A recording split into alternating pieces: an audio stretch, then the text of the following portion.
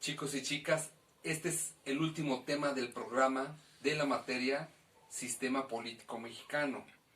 Y el autor que vamos a ver hoy se llama José Antonio Crespo y su libro titulado Fronteras Democráticas de México. Sean bienvenidos pues y comenzamos. La llamada transición democrática en México. Esto quiere decir transitar del autoritarismo, de un sistema autoritario a un sistema democrático. ¿Dónde se ubica esta frontera democrática? Dice el autor. ¿Ya la habremos traspasado? ¿En dónde nos situamos? ¿Y a partir de cuándo? Entonces, ¿cómo delimitar este umbral democrático si que existe? O si somos un híbrido, una mezcla de autoritarismo y de democracia. Para ello, Crespo dice que son 7 indicadores los que nos pueden dar cierta claridad para poderlo determinar. Esta frontera entre el sistema autoritario y el sistema democrático. 1. Dice él, el traspaso de poder de presidentes militares a civiles. Esto ya se dio. De hecho, el último presidente militar que tuvo México fue un poblano que se llamó Manuel Ávila Camacho. A partir del sucesor, que fue Miguel Alemán, y hasta la fecha, ya no llegan militares a la presidencia de la República. Y tampoco llegan en las gobernaturas. Ya tampoco se ha dado ese fenómeno. O sea que digamos en este punto 1 es favorable. 2. Aparición de partidos políticos opositores. Si nosotros recordamos, el partido de oposición histórico al PRI siempre fue el Partido Acción Nacional. Luego, después de este, existieron otros partidos, el PAR, Partido Auténtico de la Revolución Mexicana, el PPS, el Popular Socialista, que fueron partidos satélites aliados del partido oficial. Entonces, partido de oposición siempre ha existido. Aquí el problema es que las elecciones no fueron competitivas. Había competencia, pero no competitividad. El PRI ganó elecciones desde 1940, 1980 y tantos. Ganó las elecciones sin hacer fraude. Entonces, bueno, ese no es un indicador muy claro. Lo que yo les decía, celebración de elecciones competitivas. ¿Cuándo inician las elecciones competitivas en México? Pues precisamente en la segunda mitad de la década de los 80. En los estados del norte, Baja California, Chihuahua e incluso en Puebla en las elecciones municipales. Ahí inicia cierta competitividad electoral que desafiaban ya el voto duro corporativo que tuvo el PRI durante muchos años. El cuarto punto. Surge un Congreso plural y autónomo. Esto se empieza a gestionar a partir de 1997, señala el autor, cuando el PRI pierde una mayoría calificada en el Congreso de la Unión y en los años 90 empieza también a perder posiciones en las legislaturas locales. O sea que esta también se está dando. Reforma de una constitución con tendencias democráticas. Bueno, la Constitución de 1917 en su artículo 40 señala que somos una república federal y democrática. Pero eso en el papel. Los hechos nos han dicho otra cosa, la práctica política y social. Ahí no está muy claro.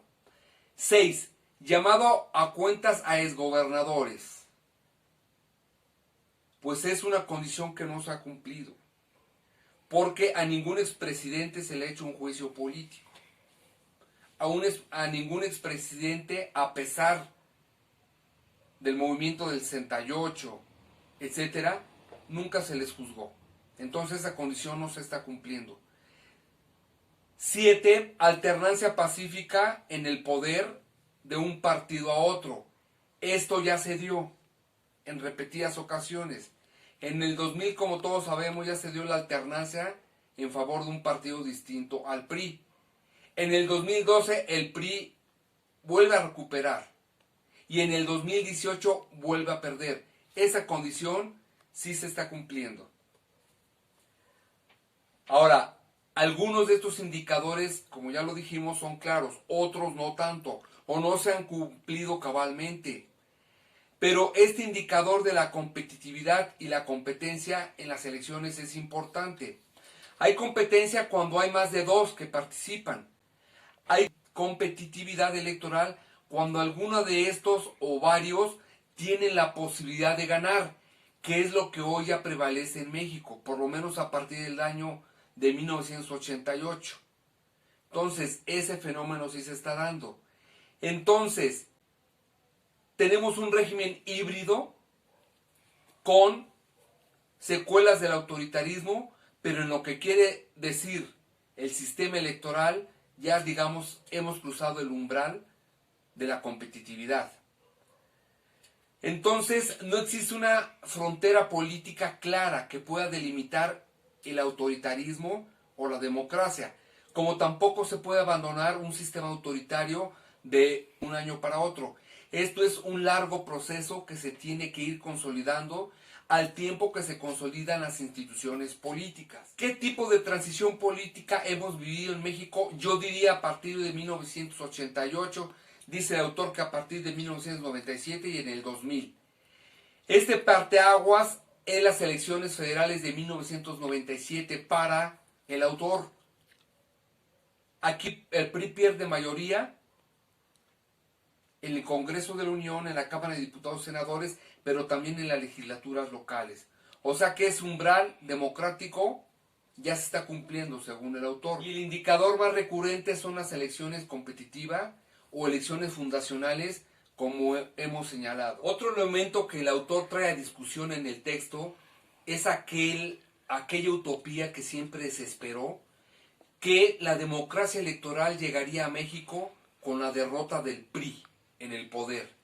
Esto ya ocurrió. Fue en el año 2000, como todos sabemos, en el 2012 y en el 2018. Sin embargo, la democracia electoral no ha llegado como se esperaba. Incluso el PAN, que fue el primer partido de la alternancia en México, en la presidencia de la República, copió prácticas autoritarias del PRI. No quiso barrer estas instituciones que han sido corrompibles y autoritarias. Siguió reproduciendo ese modelo.